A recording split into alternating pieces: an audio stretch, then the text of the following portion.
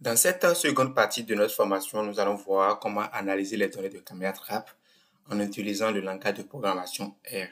Dans la partie précédente, nous avions vu comment extraire les données brutes à partir des images issues des caméras trap. Ici, nous n'allons pas utiliser cette base de données qui est d'ailleurs pauvre. Nous avons disposé d'une base de données que vous pouvez accéder sur le site de Reagro. Je vous montre rapidement sur le site de Reagro. Et ici, vous pouvez accéder facilement à la base de données. Attendez. Ok, voilà. Vous pouvez accéder à la base de données ici sur le site. Quand vous cliquez ici, vous allez accéder à la base de données que vous allez mettre en local très simplement. Donc, sans plus tarder, nous allons voir comment on peut analyser cette base de données en utilisant R et nous allons commencer par démarrer R.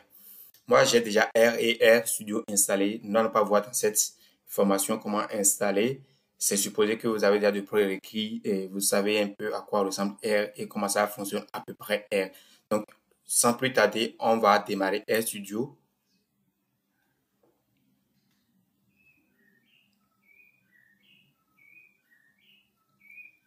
Alors voilà, RStudio, c'est ce qu'on appelle environnement de développement intégré. Ça incorpore en quelque sorte R pour faciliter un peu la tâche d'analyse des données et ça simplifie pas mal de choses et ça donne beaucoup de flexibilité à l'égard de R classique que nous avons tous, euh, disons, à installer en premier.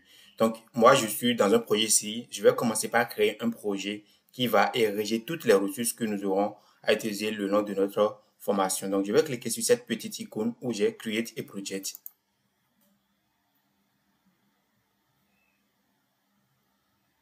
Voilà. Ici, je vais cliquer sur New Directory, New Project et je vais mettre le nom de mon projet.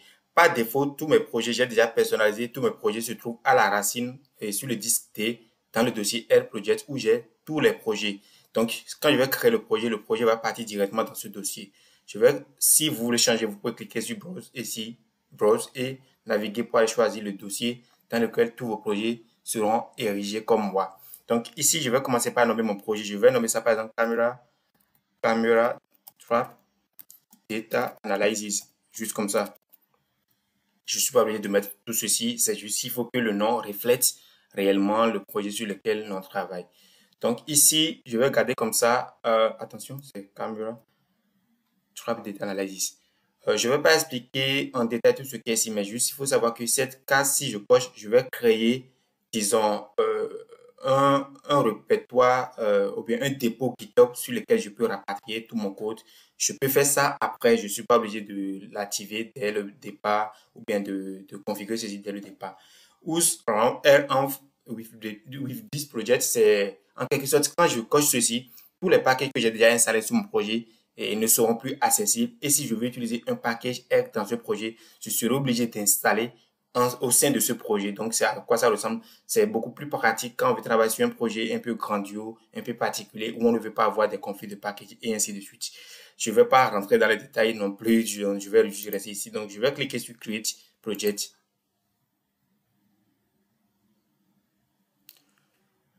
Et voilà, je suis dans mon nouveau projet. Ce que je vais commencer par faire, c'est de créer un script, d'accord, en faisant CTRL-SHIFT-N, comme je peux passer par File, New File, et puis ici, R Script pour ouvrir un nouveau script. Donc, je vais faire appliquer le raccourci CTRL-SHIFT-N, et puis j'ai mon script qui est ouvert. Je fais juste CTRL-S pour l'enregistrer. Le nom que je vais donner, vous allez voir qu'automatiquement, RStudio m'a ramené dans mon projet que je viens de créer. Le nom que je vais donner, c'est encore Cam. Je vais nommer ici Camera Trap. Juste, voilà, Camera Trap. Je vais mettre le nom compris. Data Analysis, comme le projet. Hein. Analysis. Ça, c'est le nom que je vais donner à mon script. C'est ça ici qui apparaît directement dans mon projet. Donc, ce que je vais commencer par faire, c'est d'ajouter la base de données que je vais utiliser à mon projet. Du coup, ça va me simplifier un peu la vie quand je vais vouloir importer cette base de données. Je ne vais plus préciser le chemin complet vers le fichier. Le fichier se trouve à tel endroit. Ça ne sera plus comme ça. Donc, comme j'ai montré au début, vous avez déjà vu comment accéder à la base de données. Moi, je l'ai déjà sur mon disque, sur ma machine, principalement dans le téléchargement. Comme vous pouvez voir ici, MTXL. Donc, je vais juste copier ce fichier, par exemple, et je vais le mettre dans mon projet. Je viens là, R Project, je dois voir Camera Trap Data Analysis ici, voilà. Et je colle la base de données là. C'est un fichier Excel comme vous pouvez voir là. Je vais ouvrir, on va voir rapidement le contenu, même si je vais ouvrir dans R et nous allons beaucoup plus en parler là-bas. Donc, voici la base de données. Ce que je vais faire, je vais revenir dans R et nous allons commencer par importer la base de données. Ce que je vais faire, je vais commencer par charger certains packages classiques que je vais utiliser le nom de ce projet. Mais au fur et à mesure, je vais expliquer à quoi ces packages vont nous servir. D'abord, pour notre précision, cette base de données que j'ai, MTXLXI, c'est un fichier Excel. Je peux l'importer en R, mais les fonctions de base de R ne nous donnent pas cette flexibilité, cette possibilité. Du coup, je vais faire usage à un package qui va nous permettre d'importer cette base de données. Si on ne veut pas faire usage à un package, on sera obligé maintenant d'exporter ou d'enregistrer à nouveau notre fichier au format CSV, Comma Separated Value, qui est le format standard le plus utilisé par la plupart des programmes. Donc, on va voir d'ailleurs les deux options. Ce que je vais faire ici, je vais commencer par charger le package pour appliquer la première option, c'est-à-dire importer la base de données en utilisant une fonction provenant d'un package. Donc, je vais mettre ici un petit commentaire que je vais nommer. Je vais dire par exemple load necessary package. Voilà, les packages nécessaires, on va les charger. Je vais commencer par charger le package library.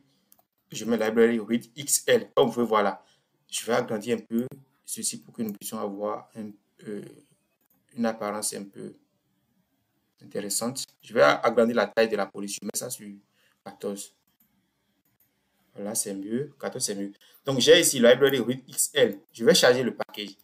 À partir de ce package, je peux accéder à une fonction qui est read Excel ou bien read XLXI qui va me permettre d'importer un fichier Excel.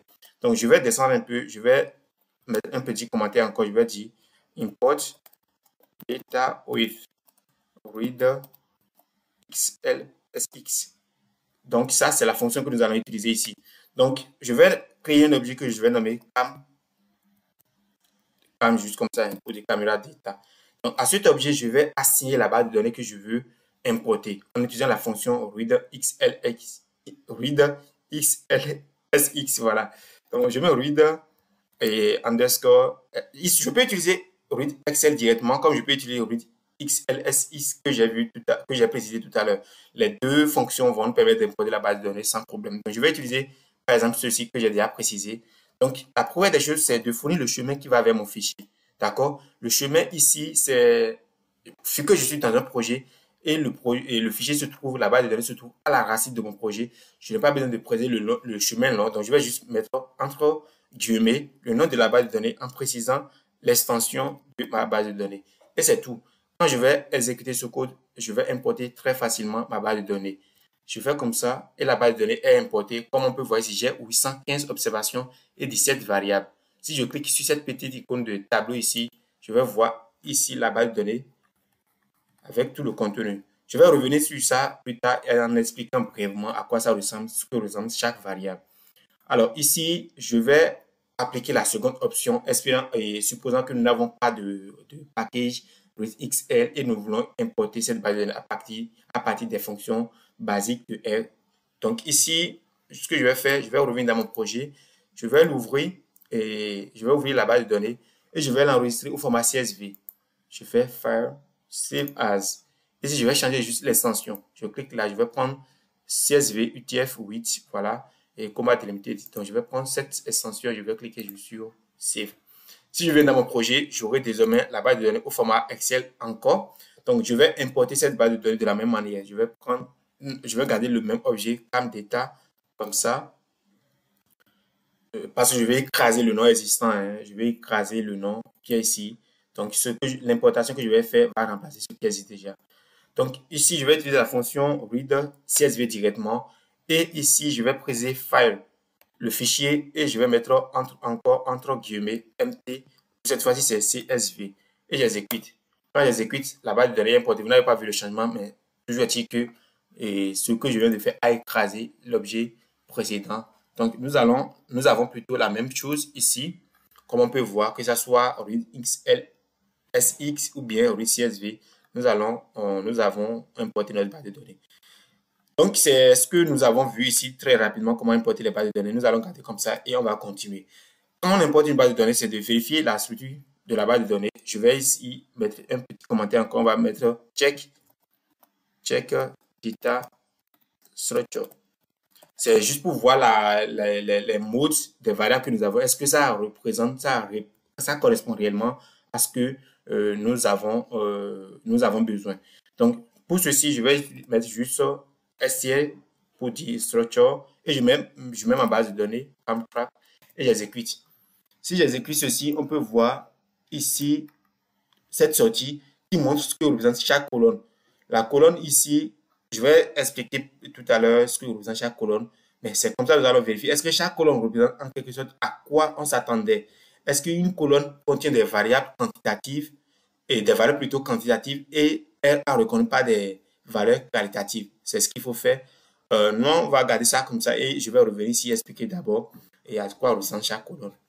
Donc ici, et survey name, c'est en quelque sorte le nom je peux dire, du projet dans lequel, bien, de l'étude et pour laquelle cette base de données a été conçue. Donc, on voit ici survey name où à l'intérieur, nous n'avons que wildlife monitoring suivi et je peux dire suivi de la faune. Et tout simplement comme ça. Common, c'est le nom commun des espèces captées, bien capturées par la caméra. Ici, species, c'est le nom scientifique des espèces. Date, c'est la date à laquelle l'espèce a été capturée et à quelle heure. Gel ici, je vais revenir qui est d'ailleurs un aspect très important et c'est ça on va utiliser d'ailleurs pour notre formation. Cette partie, surtout, voir, mettre en exergue la probabilité de détection d'une espèce en une journée. Je vais y revenir. Day-night, c'est en quelque sorte, est-ce que l'espèce a été capturée en jour bien, et dans le jour ou bien dans la nuit. Ici, X, Y, c'est en quelque sorte longitude et latitude, la coordonnée géographique du point où la caméra a été installée. Élévation, c'est l'élévation, hein, comme ça s'entend, du niveau 0. Comment on appelle, là où on a posé la caméra, la distance, je peux dire, l'élévation de la caméra à partir du niveau 0 de la mer ou bien de l'océan. Donc, c'est à quoi ça ressemble, cette colonie. Habitat, c'est là où la caméra a été installée, si c'est dans une forêt classée, je vais classer si c'est dans une forêt dense, claire, savane arborée, ainsi de suite. Ça, c'est le sexe de l'espèce. Comme on l'avait vu dans la partie précédente sur l'identification des espèces, si vous connaissez le sexe de l'espèce, vous pouvez préciser. Si vous ne le connaissez pas, vous pouvez laisser. Ici, individual, c'est le nombre d'individus remarqués. Station ID, c'est la station, l'identifiant de la station où la caméra a été installée. Ainsi de suite. Tout ceci, bon, laissons tout le reste. Il faut dire que ce sont des données provenant de laboratoire d'écologie appliquée de l'université d'Amobé-Calavi. Donc, voilà à peu près à quoi ressemblent toutes les variables que nous avons ici. Et nous allons rentrer maintenant dans le vif du sujet et commencer par faire les choses les plus intéressantes. Donc, ici, je visualise la structure de ma base de données. J'ai tout ce que j'ai expliqué tout à l'heure. Et pour le moment, nous n'avons pas encore quelque chose de contraignant, c'est-à-dire un problème, une colonne où on va dire normalement c'est telle chose qu'on devrait voir, mais c'est telle chose qui est apparue. Sauf à ces endroits, date qui est reconnu comme caractère, normalement R a cette capacité de reconnaître les dates comme une autre classe à part entière, pas caractère comme vous pouvez voir ici, CHR et comme numérique, mais date aussi, c'est une classe à part entière. Donc, il y a déjà un problème ici, mais vu que nous n'allons pas vraiment faire usage de la date, nous n'allons pas chercher à changer, à configurer ou bien à paramétrer quoi que ce soit ici. On va laisser tout ça pour le moment. Ce que nous avons principalement besoin ici, c'est de travailler sur la colonne time, d'accord, et avoir la colonne gel. C'est pas évident que les bases de données que vous aurez au départ, vous aurez cette colonne, alors que c'est ça que l'on a besoin. Ce n'est rien d'autre que le temps qui est converti en radian. C'est-à-dire le temps est compris ici maintenant entre 0 et 2 pi. Si nous prenons une journée, c'est 24 heures, disons, qui ressemble à une horloge. Ça part de 0 et ça fait la boucle, ça ferme sur 24. Donc, c'est de 0 à 2 pi. Et ce que nous voulons faire ici surtout, c'est de convertir ce temps que nous avons ici, time, que vous voyez ici, que nous avons ici, c'est de convertir maintenant en DL.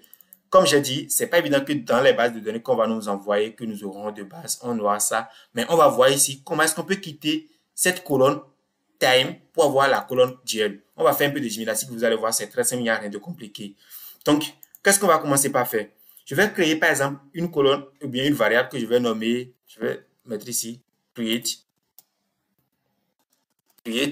GL colonne. On va faire comme si la colonne que nous avons ici n'existe pas. Nous-mêmes, on va créer la nôtre pour voir comment ça peut marcher pour que dans des projets réels où il n'y a pas ça, on peut quand même, on peut savoir comment créer. Donc ici, je vais créer une colonne. Je suis en train de mal écrire les choses ici. Je vais créer une variable plutôt, ou bien un objet que je vais nommer time. Voilà, time convert. Time convert ne sera rien d'autre que la colonne de notre base de données ici que je vais accéder. Voilà un peu. Donc je vais accéder à cette colonne en précisant juste ma base de données ici. Je mets la base de données et je mets symbole de dollar ici et je vais accéder à la colonne time comme ça. Donc si j'exécute ceci, on peut voir que j'ai toutes les observations ou toutes les valeurs de ma colonne time. Donc ce qu'on va faire ici, c'est quoi? C'est de passer à cette colonne, à la colonne duel. Si on se demande comment je peux y arriver, ce n'est rien d'autre que de prendre le temps qui est ici, qui est l'heure, 23 heures, 58 ou bien 59 minutes, 0 secondes. On va convertir tout ceci en heures. Voir un peu. Autrement dit quoi? On va essayer de découper ou bien de séparer en premier lieu tout ce que nous avons ici en trois parties. En heures, en minutes et en secondes. Voilà. Donc, on va commencer par faire ceci d'abord. Pour y arriver, je vais d'abord prendre tout ce qui est ici et je vais utiliser une fonction de base qui s'appelle str, qui veut dire structure split. D'accord? Donc, je dis pas structure, c'est string. Je vais essayer de séparer en quelque sorte un caractère en des parties. Donc, qu'est-ce que moi je veux découper? Je précise ça à la fonction et je dis par quoi je veux séparer. Si je regarde attentivement ce qui est ici, n'importe quelle valeur, hein, je vois que l'élément qui sépare l'heure de la minute et de la seconde, c'est par exemple, je dis pas, c'est les deux points qui sont ici. Donc, je vais juste prendre les deux points ici et je mets là. Je mets là. Si j'exécute cet objet, je vais sélectionner comme ça, j'exécute. Voilà. Vous allez voir que R a pris chaque observation et R a essayé de découper, de séparer en trois parties. Ouais, un peu si je prends mon tout dernier élément, c'est-à-dire la dernière observation, le 815e observation, R a séparé le contenu en trois parties, c'est-à-dire 6 ici, 21 et 0. 6 représente l'heure, 21 représente minutes et ceci représente la seconde. Donc ici, c'est déjà pas mal. Ce qui nous reste maintenant, c'est d'accéder à chaque élément ici, d'accord, et séparer, je dis séparer, et combiner, et fusionner ou bien, et sommer. Voilà. Donc, on va prendre la minute qui est ici, on va convertir en heure, quitter minute pour l'heure, c'est juste fait sur 60 divisé par 60, et nous allons voir la minute en heure. Quitter seconde pour l'heure, c'est divisé par 360 pour avoir ça, pour avoir la seconde en heure. Donc, c'est ce que nous allons faire ici, dans cette opération. Maintenant, vous allez constater aussi que ce que j'ai ici, c'est une liste. D'accord? Chaque observation représente une liste et au sein de cette liste, j'ai les trois composantes là. Donc, ce que je vais faire ici, on va utiliser des fonctions de base qui permettent d'automatiser certaines actions sur une liste. Ce qu'on va faire ici, c'est par exemple la fonction sapply. Sapply va prendre en entrée une fonction, et je pas une fonction, une liste d'abord, d'accord, une liste sur laquelle nous voulons faire l'opération, et une fonction. Voir un peu. Donc la liste que moi je vais, si je vais dire la liste est égale à juste ce que nous avons ici. Je vais exécuter d'abord cette liste que nous avons créée. Je vais le mettre là. Maintenant, quelle est la fonction que moi je vais utiliser? Je vais supprimer cette étape. Quelle est la fonction que je vais utiliser? Nous n'avons pas une fonction qui va permettre en quelque sorte d'accéder au premier élément, deuxième élément divisé par 60, troisième élément divisé par 360. Nous n'avons pas encore eu cette fonction. Mais nous pouvons créer, d'accord? On peut créer facilement cette fonction. Qu'est-ce qu'on va faire ici? On va créer une fonction nous-mêmes. On va nommer ça time. Comment je vais nommer ça? Je ne suis pas trop inspiré pour donner un nom ici. Bon, on va nommer ça juste TC pour des time convert, même si ça ressemble un peu à ce qui est ici. Bon, si ceci, je vais nommer ça time. Voilà, time split it. Pour dire le temps séparé. Time split it. Donc, ça, c'est le temps séparé. Et si je vais nommer ça time convert. Donc, cette fonction permet de convertir le temps. Je vais exécuter ceci et changer le nom. Et je remplace le nom ici d'abord. Voilà, la convention veut que les choses soient explicites le plus explicite possible. Voilà. Donc, ce qu'on va faire ici, je vais commencer par, disons, créer le corps, le contenu de ma fonction. Ce que cette fonction va faire. La fonction que nous allons créer, c'est une fonction très simple hein, qui va prendre en entrée une variable x, d'accord? La variable x ici n'est rien d'autre qu'un élément de notre composante et de notre liste ici. Autrement dit, si je prends ce cas, par exemple, la variable x peut représenter le 815e élément, d'accord? Donc, si x prend cette variable, x va, je dis x, si notre fonction prend en entrée la variable, la fonction va accéder au premier élément. Le premier élément de x, c'est le ici, d'accord? Je vais faire plus x, deuxième élément. Deuxième élément ici, c'est la minute. Et on a dit que pour avoir toute cette heure, voilà, tout ce qui est ici en heure, je vais essayer d'appliquer l'opération de diviser ceci par 60, ceci par 360 et en faisant la somme de tout ceci. Donc, c'est ça que je vais faire directement ici. Donc, je prends le deuxième élément, je divise par 60, plus maintenant x, le troisième élément, et je fais diviser par 360. Donc, comme ça, je suis un peu quitte. Ce qui me reste maintenant, vous allez constater que mes variables ou bien mes composants sont en quelque sorte ici des caractères. Ce ne sont pas des valeurs numériques sur lesquelles je peux faire l'opération. Du coup, quand je vais tout laisser comme ça et exécuter ma fonction, ça va, disons, soulever une erreur. Ce que je vais faire, c'est de convertir d'abord cet élément en numérique. Voir un peu. Pour faire ceci, je vais descendre ici. Je vais créer une variable, un objet intermédiaire qui va toujours garder le nom de x pour ne pas trop casser les choses. Bien, je vais nommer pour que ça soit compréhensible. Bon, je laisse toujours x, hein. X. Et je vais dire as numérique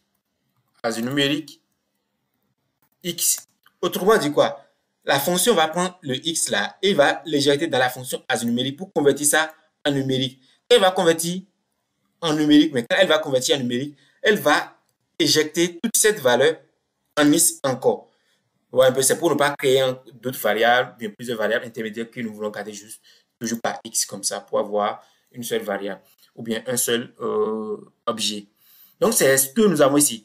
Ce n'est pas quelque chose de compliqué, donc sans plus tarder, ou bien sans rentrer dans les détails, c'est ce que nous allons maintenir ici. Je vais exécuter cette fonction comme ça. La fonction est créée et puis nous allons essayer d'appliquer cette fonction pour voir à quoi ça va ressembler ou bien ce que ça peut faire. Donc, je vais taper ici time convert, la fonction que nous venons de créer, et je vais lui dire que x est égal, c'est-à-dire ce x-là est égal. Je vais lui fournir par exemple un objet ici. Un objet, je vais prendre un objet de ma base de données, ou bien de mon type split. Si j'ai vu type split, vous voyez, c'est ça, tout ce contenu. Je vais mettre type split, et je vais prendre un objet, par exemple, quatrième objet, bien, voilà, quatrième objet comme ça. J'exécute. Oh, voilà. Bon, j'ai déjà compris. Comme je dis, il n'y a pas de montage ici. C'est pourquoi je vais profiter aussi pour expliquer tout ceci pour que nous puissions savoir à quoi les choses ressemblent. Ce que j'ai fait ici, c'est quoi? Si j'exécute juste cet objet, la fonction, ça n'a pas renvoyé ce que je veux, hein, juste parce qu'il y a une petite erreur que j'ai insérée ici. L'erreur, c'est que j'ai fourni l'élément que je dois fournir, que la fonction mConvert doit prendre en entrée ici, doit être un élément, disons, numérique, un vecteur. Mais je suis en train de le fournir ici, une liste. Si j'exécute ceci, vous allez voir que j'ai toujours une liste. Donc, du coup, la fonction plutôt n'arrive pas à accéder au premier élément. Alors que, avant que je n'ai ceci, il faut que je dise, si tu prends l'élément, la liste, il faut rentrer encore à l'intérieur. Ouais, un peu. Donc, je dois mettre double accolade. Je vais changer, vous allez voir ce que je dis. Je fais comme ça, je mets par exemple 4 pour dire le quatrième élément, c'est-à-dire les composants du quatrième élément. J'exécute, voilà. Donc ici maintenant, R peut facilement accéder au premier élément, deuxième élément et troisième élément, comme j'ai précisé dans ma fonction ici. Sans ça, ça ne peut pas passer. C'est pourquoi j'ai cette erreur. Donc, si j'exécute cette fonction, voilà, R a fait le travail très bien. R a pris l'heure qui est ici, plus la minute qui est ici divisée par 60, plus la seconde qui est ici divisée par 360. Il a fait la somme de tout. Maintenant, ce que l'on a ici, c'est déjà bon, c'est pas mal. Mais le gel, en quelque sorte, comme j'ai dit, c'est le temps en radian. Ouais, un peu, entre 0 et 2 pi. Donc, on veut voir en quelque sorte, sur une période, bien sur 24 heures, à quelle période, bien à quel niveau l'espèce a été détectée. Donc, ce que je vais faire ici, je vais juste prendre tout ce qui est ici et je vais diviser par 24. Je vais diviser par 24. Je vais mettre à jour la fonction et je vais exécuter ça. Et voilà, j'ai ceci qui est 0,89, bon, je peux dire 0,89 joule. Ça, c'est la conversion du temps en duel ou bien voilà, en radian, ce qu'on a nécessairement besoin pour effectuer le reste de notre analyse.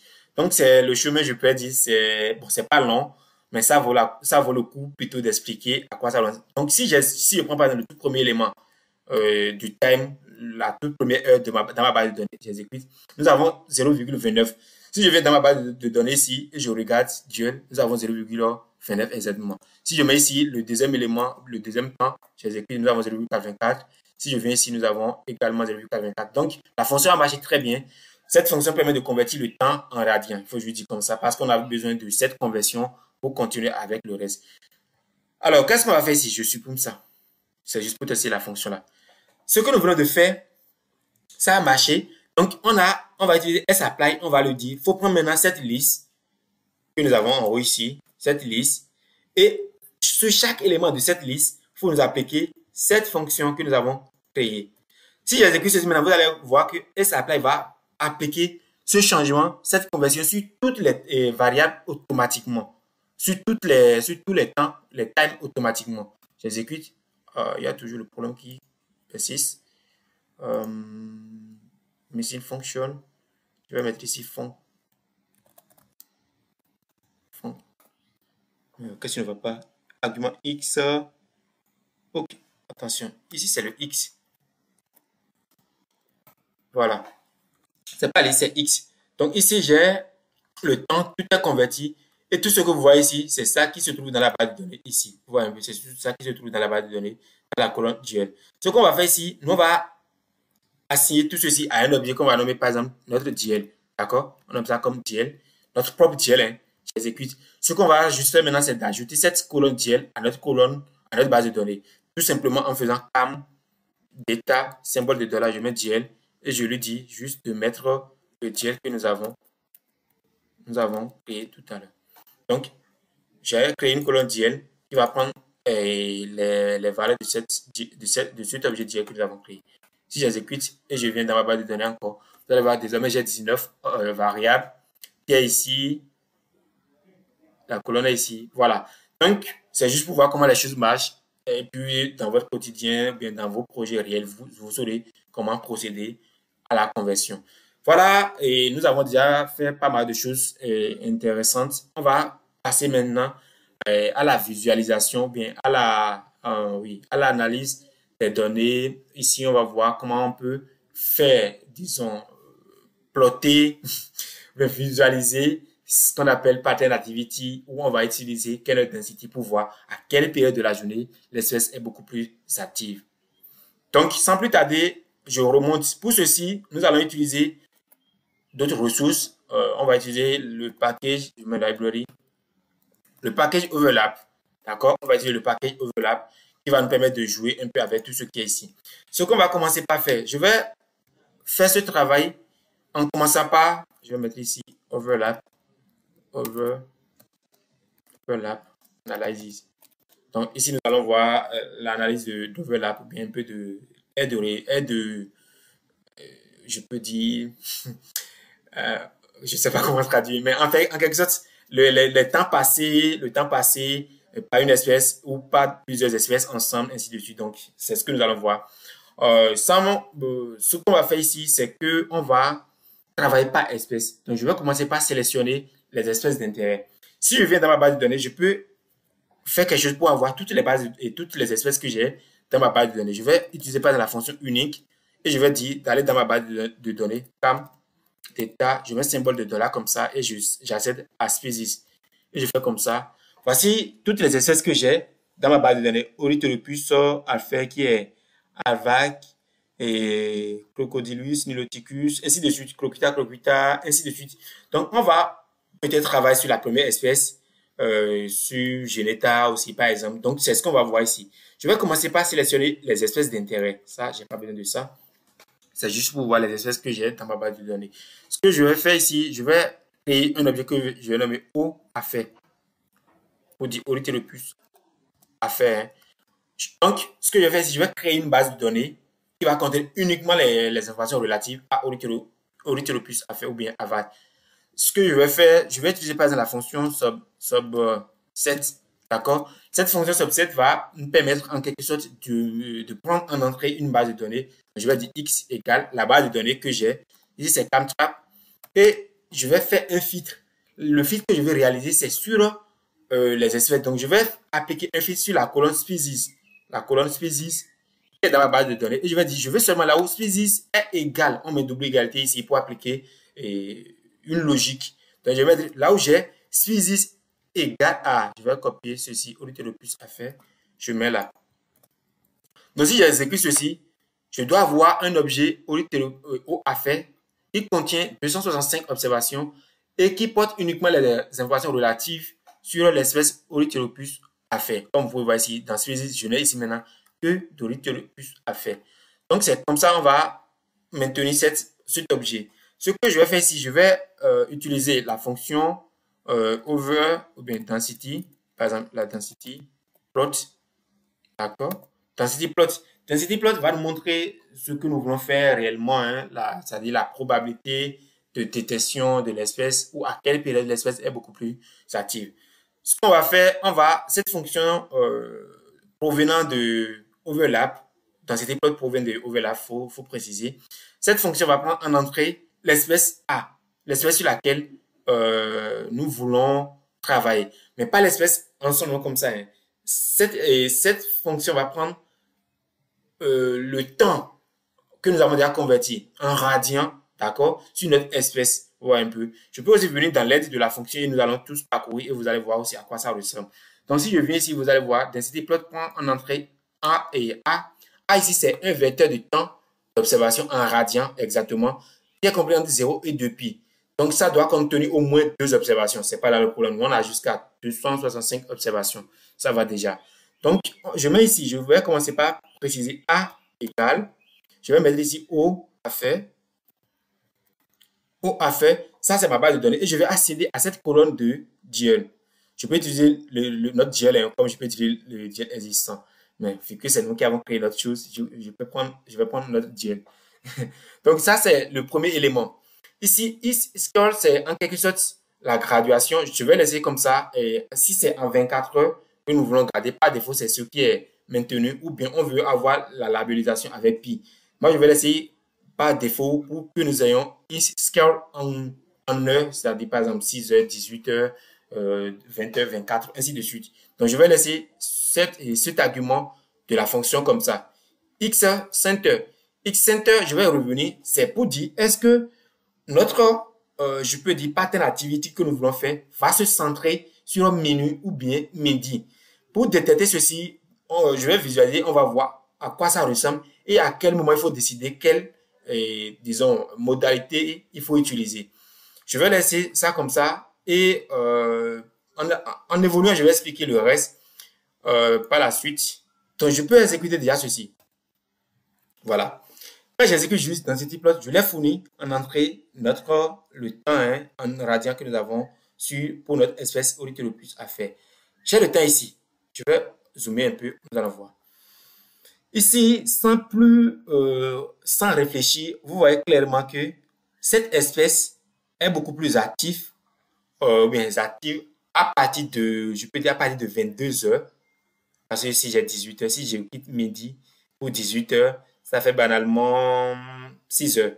Donc ici, je suis à 6 heures aussi. Ici, à peu près, je suis à 22 heures. Voilà. Donc cette espèce est beaucoup plus active de 22 heures jusqu'à 6 heures. Ouais, un peu. Donc de 22 heures jusqu'à 6 heures. Du coup, moi, je peux dire directement que cette espèce est une espèce nocturne. Alors, je vais revenir d'abord dans ma base de données. Dans ma base de données, dans ma fonction. Je vais préciser ici l'argument que j'ai laissé tout à l'heure ici, qui permet de préciser si l'espèce est nocturne ou bien diurne. Donc, je vais préciser ici l'argument x center equal, je vais préciser ici, je vais mettre ici night pour dire nocturne ou bien minute. Je vais exécuter encore ceci. Voilà. Quand j'ai fait ceci, automatiquement, mon graphe est réajusté et j'ai exactement à quoi ça ressemble le pattern activity de l'espèce ici au lieu le plus à faire. Donc, ça n'a pas changé la configuration de la base de données. Toujours dit que ça part de 22 heures à 6 heures. Mais si on voit à quelle période réellement l'espèce est beaucoup plus active. Donc, c'est à quoi ça ressemble. Ici, c'est les heures, comme vous pouvez voir déjà, time. Et ici, c'est la densité, en quelque sorte, la densité de probabilité. Autrement dit, si moi, je me pointe à 18 heures, je ne me donne aucune chance de détecter l'espèce. Si c'est que je veux détecter l'espèce, je peux commencer par me positionner à partir de 22 heures jusqu'à 6 heures. Là, j'ai quand même une chance pas mal. Mais à cette heure-ci aussi, l'espèce est moins active. Il faut dire ça. Donc, il faut dire que l'espèce est tellement, ou bien est plus active entre 22 heures jusqu'à 2 heures comme ça. Oui, si on peut dire comme ça. Jusqu'à 2 heures. Et l'espèce devient encore plus active à partir de, je peux dire ici, 4 heures comme ça. 4 heures. Donc, c'est un peu ça, à quoi ça ressemble. On voit que la probabilité ici, c'est la chance que l'espèce soit retrouvée à cette période. Donc, si je prends au lieu de plus à faire, voilà à peu près le schéma d'activité et pattern activity de l'espèce en quelque sorte. Ici, je peux mettre un peu en forme disons, ma visualisation, changer le titre. Je pense que c'est mine. Je vais mettre ici pattern, pattern, activity, activity of au point à faire. Je peux faire juste comme ça et j'ajoute le titre. Je peux personnaliser, faire tout ce que je veux après. Donc voilà, très simplement, nous avons pu mettre en exergue à quelle période l'espèce ici, l'espèce d'exemple ici, c'est au lieu de plus à faire, est beaucoup plus active. On va faire la même chose ici sur notre espèce. Je vais filtrer la base de données ici. On va prendre par exemple cette fois-ci Genette. Je vais mettre ici Genette. Genette. Ici, je monte ici, je vais copier ceci, ce qui est ici, Genette SPP. Pour dire que de me sélectionner seulement Genette SPP ici, j'exécute. Je vais copier ceci et je colle. Ça, c'est pour, je vais mettre ici, density of, je vais mettre ici kernel density. Kernel density. Density of au point à faire. Kernel density of au point à faire. Et ici, je vais mettre kernel density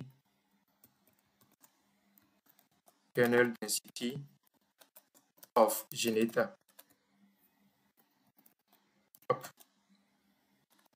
Of Geneta. Je mets juste comme ça. Et si je vais juste changer l'espèce, j'exécute ceci. Alors, j'ai déjà exécuté. Je vais prendre ça et je le mets là. C'est tout ce que je vais changer ici. Je vais mettre ici Geneta SPP. Geneta. Bon. Voilà. Je vais mettre SPP. Ça, c'est pour Genette. Attention, voilà.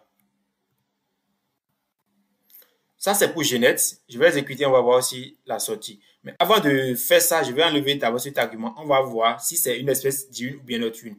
Comme on l'a fait pour Olite le plus à faire avant de fournir cet argument. J'exécute. Alors, si j'exécute ceci pour Geneta, on voit que c'est presque la même chose. C'est presque la même chose comme Olite le plus a fait. Donc, on peut très bien garder cet argument X-Center pour dire que de centrer notre pattern activity sur menu. Sinon, par défaut, c'est midi ici, non. Donc, je garde comme ça, je vais exécuter. Et voilà. Donc, on voit à peu près à quoi ça ressemble aussi le pattern activity de Geneta. Ce qu'on va faire ici, je vais essayer de visualiser les deux ensemble. Je vais supprimer tout ceci. Permettez-moi de mettre ici, je vais mettre ici plot both et plot pour les deux graphins. Je vais mettre ici la grande part, je vais dire my f row égale. Je vais essayer de séparer ma fenêtre de visualisation en deux parties. Je vais dire de me séparer en une colonne, en deux lignes et en une colonne. Comme ça. Là, j'ai paramétré en quelque sorte la fenêtre de visualisation. Si j'exécute ça, j'ai ça là et ça, j'ai ça là aussi. Voilà. Donc, si je viens ici, je vois que à peu près les espèces ont presque le même comportement.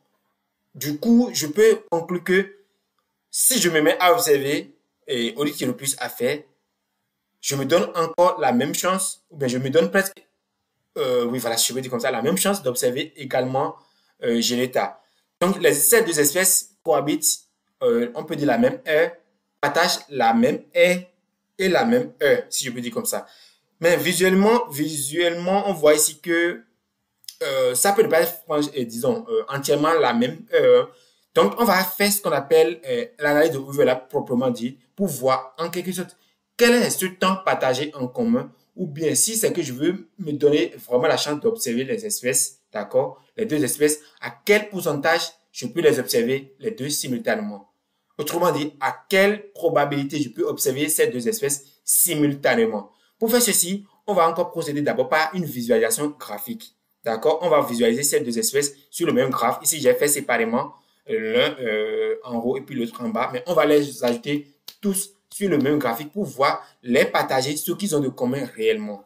Donc, pour faire ceci, je vais mettre ici, on va utiliser la fonction overlap. C'est aussi simple que ça, overlap plot.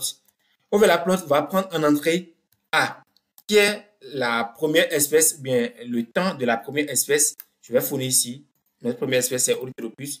Le temps de la deuxième espèce, ici, c'est Genetta. Je copie, je colle là aussi.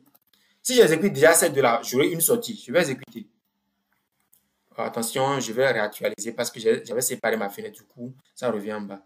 Je vais faire comme ça. Voilà. Donc, c'est ce qu'on a vu tout à l'heure. Ça commence de 22 heures et ça termine à 6 heures. Vu que les deux espèces sont nocturnes, je vais aussi préciser explicitement cet argument. Je copie et je colle et j'exécute. Et là, nous voyons clairement que les deux espèces partagent vraiment pas mal d'air ensemble. Ici, je peux déjà dire que les deux espèces partagent à 80, pourquoi pas 90% de leur temps ensemble. Autrement dit, encore, si je veux, j'ai 80, si je vois ce qui est ici, hein, ce qui est en bas, je peux dire que je peux me donner 81%. On va calculer par la suite le coefficient, vous allez voir à quoi ça ressemble de façon quantitative, à quoi ça ressemble. Mais déjà, je peux me donner une idée ici que j'ai pas, j'ai presque 90, voire 90 hein, pour cent de chance d'observer les deux espèces simultanément, les deux espèces à la fois. Donc, je vais venir ici, je vais essayer de mettre en forme rapidement ici, ceci. Pour l'argument, le titre, je peux dire main, je peux dire overlap between Ornithopus affair and Genetta SPP.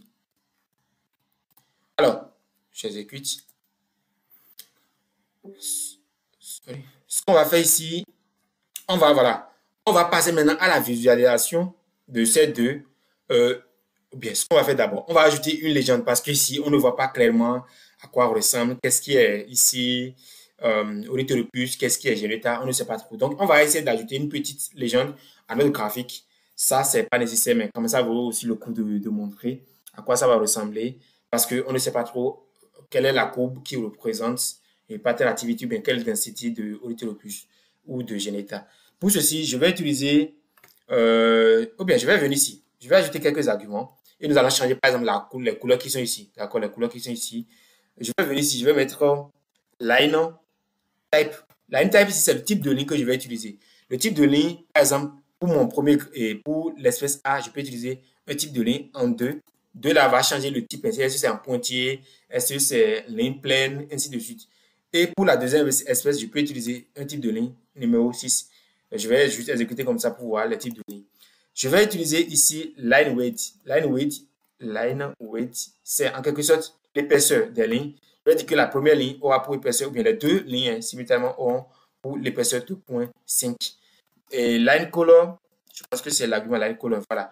Line color, c'est la couleur que je vais appliquer à chaque ligne. Ici, je peux dire que de me prendre la première ligne en green, c'est-à-dire pour Ornithopus, et la deuxième ligne pour l'espèce c'est en blue, par exemple. En blue. Comme ça. Je vais exécuter, on va voir. Voilà. Donc, déjà ici, je vois que la ligne verte, c'est pour Ornithopus à faire. Et la ligne bleue, c'est pour Genetta. Et on voit aussi le style, le type de ligne. Ici, c'est un pointillé. Ici, c'est un pointillé avec point. Donc, c'est ce que représente 2 et 6 que j'ai mis ici. Ça change en quelque sorte le type de ligne.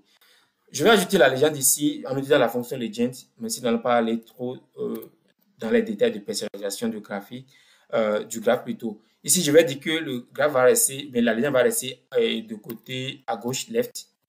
Voilà. Et line, line width. Ici, line width ici, je vais déjà dire que c'est 1.5. Je garde la même épaisseur que ce qui est là. Line, mais je vais mettre color. Color ici, je vais prendre les mêmes couleurs ici, naturellement. La légende, hein. Et puis, qu'est-ce qu'il reste encore?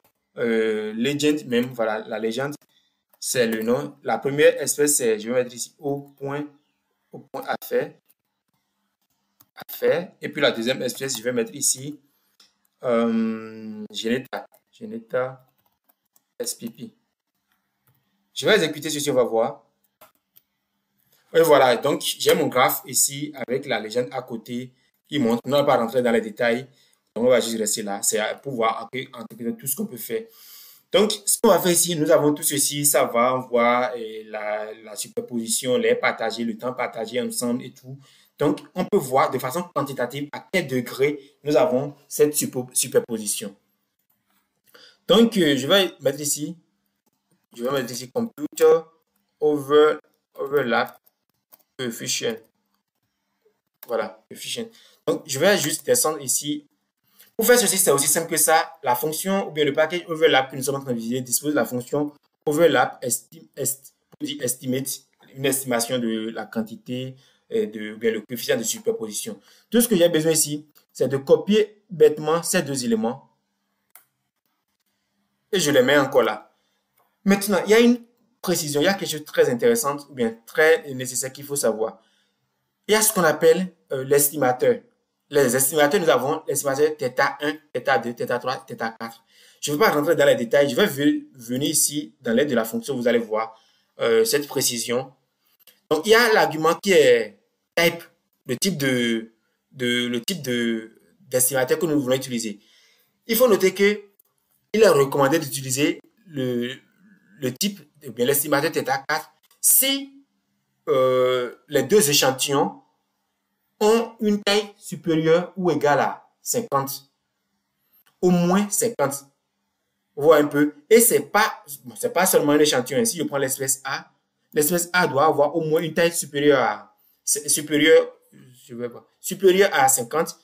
Et la deuxième espèce aussi doit avoir une taille supérieure à 50. Si je prends moi ma première espèce, j'ai jusqu'à 265. Ça veut dire que j'ai rempli la condition là. Si je prends la deuxième espèce, j'ai jusqu'à 68. Donc, j'ai rempli la condition. Si je n'ai rien de tout ça, c'est mieux que j'utilise θ1. Donc, c'est ce que ceci signifie. C'est très intéressant. Bien, c'est très nécessaire qu'il faut avoir en tête ce principe. Donc, c'est ce que nous allons faire ici. Nous, on a les deux conditions vérifiées. Les deux espèces ont l'échantillon des deux espèces les échantillons des deux espèces ont une taille supérieure à 50. Donc, je peux utiliser facilement l'estimateur type 4. Pour plus de détails, vous pouvez aussi lire et, disons, télécharger l'article concernant l'article, il doit avoir, voilà, l'article sur l'estimation ici pour savoir, pour avoir une idée avancée sur les estimateurs, à quoi ça ressemble. Sinon, c'est ce que vous pouvez garder globalement. Hein. Si, comment on appelle, il est recommandé d'utiliser θ4 si les deux échantillons à la fois ont une taille supérieure à 50, sinon utilisez θ4. Ce qui est ici, ça veut dire tout simplement. Donc, ce que je vais faire ici, je vais mettre ici θ4. Je peux copier bêtement ce qui est ici et je mets là. Donc, voilà, je vais ici faire une estimation du coefficient de superposition des deux espèces, d'accord, en utilisant de type θ4 et je vais voir à quel degré ou bien quel est le pourcentage de superposition. Ce pourcentage peut être encore, disons, vu comme la probabilité que j'observe les deux espèces à la fois, à la même période. J'exécute et voilà. Donc, c'est exactement ce que je disais. Même si j'avais dit 90, c'est pas trop loin. 0,88 n'est pas trop loin. Donc, ici, les deux espèces partagent 88% de leur temps ensemble. Autrement dit, on peut observer ces deux espèces à la fois, disons, à une probabilité de 88% de chance, bien dans 88% des cas, quand j'observe l'espèce Oryctolaeopus affaire, je peux aussi observer, comment on appelle, Genetta. Donc, c'est comme ça on peut estimer le coefficient de coloration, de superposition. Voilà, ça reste pas mal de choses qu'on peut voir. Ce coefficient que j'ai, je peux estimer, parce que je suis un échantillon. Mais si c'est que je veux extrapoler les résultats de mes recherches, de mon étude, il faut franchement estimer dans un intervalle. Donc, on parle ici de l'intervalle de confiance. Nous n'allons plus rentrer dans tous ces détails. Mais si ça vous intéresse, vous avez suivi jusqu'à la fin. Si ça vous intéresse, tenez-moi à le dire. Et puis, je vais encore faire une autre séance sur cette partie, comment estimer le coefficient par intervalle de confiance. Donc, courage, si vous êtes venu jusqu'ici, c'est que vous avez tenu et le chemin est relativement long. Mais voilà à peu près tout ce qu'on peut faire. Il y a beaucoup de détails, beaucoup de précisions. Le code n'est pas long, mais quand même, vous avez vu comment ça marche et tout ce que nous pouvons faire. Merci. Si vous avez des retours, n'hésitez pas à me le faire.